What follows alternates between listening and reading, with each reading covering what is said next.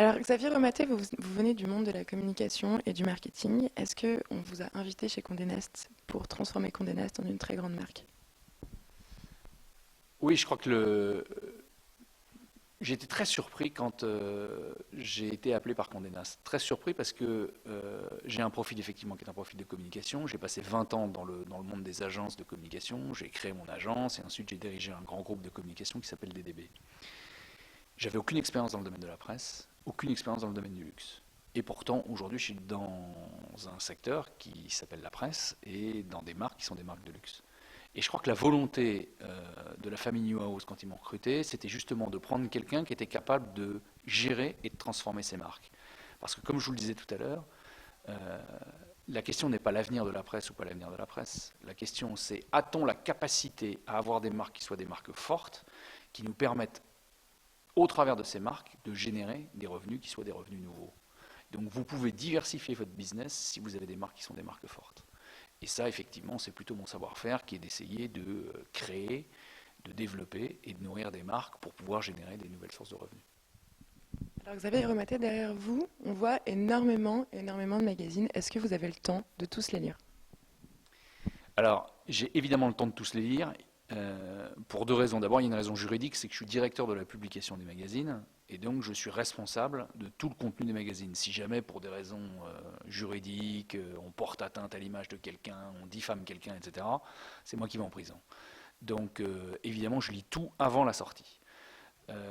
La deuxième raison, c'est que je suis un fanatique de la presse en général et de nos titres en particulier. Donc évidemment, je ne peux pas exercer mon rôle d'animation de l'équipe de Condé Nast si je ne suis pas proche des rédactions. Or, pour être proche des rédactions, il faut savoir quel est le contenu. Donc je lis absolument 100% de ce qui sort de cette maison. Je voudrais revenir en fait sur le milieu de la mode et sur la proximité entre Condé Nast, entre Vogue en particulier, mais et d'autres publications également, et les scandales qu'il y a autour de la mode. Alors on pense par exemple à l'article qui a été publié dans le premier Vanity Fair français sur John Galliano, ou alors tout simplement à la manière dont on considère les mannequins comme des objets qu'on ne nourrit pas. Est-ce que vous pensez que c'est négatif pour l'image de Condé Nast ou pas du tout? D'abord, effectivement, vous avez raison, Condé Nast, c'est pas simplement un média, c'est un acteur du monde de la mode. Donc on est extrêmement proche du monde de la mode, et particulièrement Vogue. Vogue s'inspire du monde de la mode, et je pense que la mode s'inspire de ce qu'il trouve dans Vogue. Donc on a une espèce de proximité qui est très forte. C'est pas parce qu'on est proche du milieu de la mode qu'on cautionne tout ce qui se passe dans la mode. Maintenant, il ne faut pas non plus cracher dans la soupe et il ne faut pas caricaturer ce qui se passe. Dans tous les milieux, qui sont des milieux où vous avez l'association de la créativité, des médias et de l'argent, vous pouvez avoir des excès. C'est le cas dans le cinéma, c'est le cas dans la banque, c'est le cas dans le show business, ça peut être le cas dans la mode.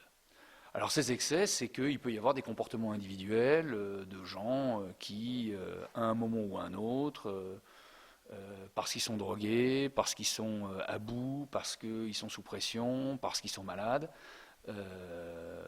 pètent les plombs. Ça arrive. Ça a été le cas de John Galliano.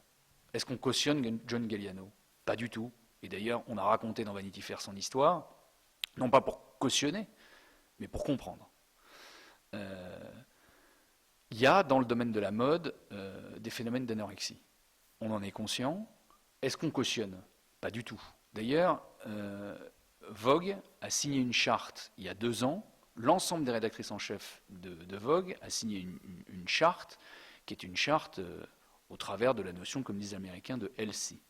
C'est-à-dire qu'on a absolument interdiction dans Vogue de prendre des mannequins qui sont des mannequins dont on n'a pas la certitude qu'ils n'ont pas 18 ans, de garantir que les mannequins ont un comportement en matière d'alimentation qui est un comportement normal, et nous excluons de tous nos magazines toutes les photos qui sont les photos de gens qui peuvent inciter ou donner à penser que être très maigre est une façon d'être à la mode. Il y a parfois des choses qui sont dramatiques.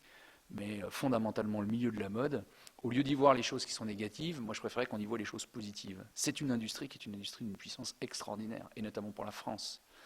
Quel autre secteur d'activité peut se prévaloir d'avoir des marques comme Dior, comme Chanel, comme Vuitton, comme Céline, qui sont d'origine française et qui ont une réputation mondiale?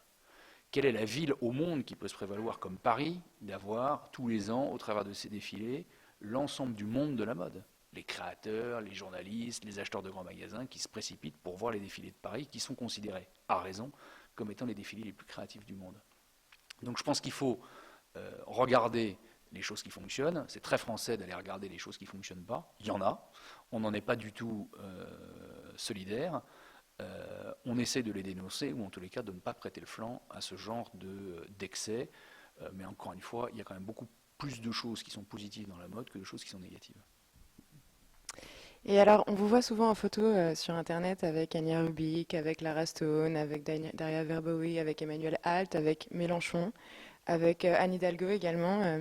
Est-ce que c'est pas le meilleur métier du monde que de fréquenter des gens comme ça et d'avoir la liberté de travailler avec eux et de les voir travailler pour vous? L'essentiel de mes journées, c'est de passer du temps avec les équipes éditoriales, de passer du temps avec les équipes de fabrication, de regarder si les process industriels de fabrication de nos journaux sont corrects, de négocier de façon à ce qu'on puisse avoir des coûts de production qui soient les plus faibles possibles, de discuter avec les annonceurs pour voir quelles sont les stratégies des marques par rapport aux nôtres. Et puis, il y a une toute petite partie de mon travail, et c'est normal puisqu'on est des marques publiques, qui consiste à faire des relations publiques. Donc, une petite partie de mon travail consiste à porter et représenter les marques du groupe. Et donc, ça m'oblige, et parfois ça m'honore, à aller dans un certain nombre de manifestations où le monde, qui est le monde où nos marques exercent leur influence, est là. Donc ça fait partie de mon job, c'est probablement 3% du temps, c'est pas désagréable. D'abord parce qu'effectivement, il y a des femmes qui sont très belles, mais aussi parce qu'il y a surtout des gens qui sont extrêmement intéressants.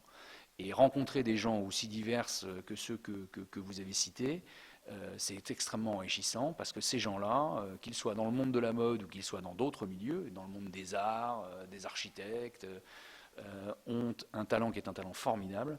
Et discuter avec des gens de talent, c'est extrêmement enrichissant. Et ça, je souhaite à tout le monde d'avoir cette expérience. Donc je suis ravi.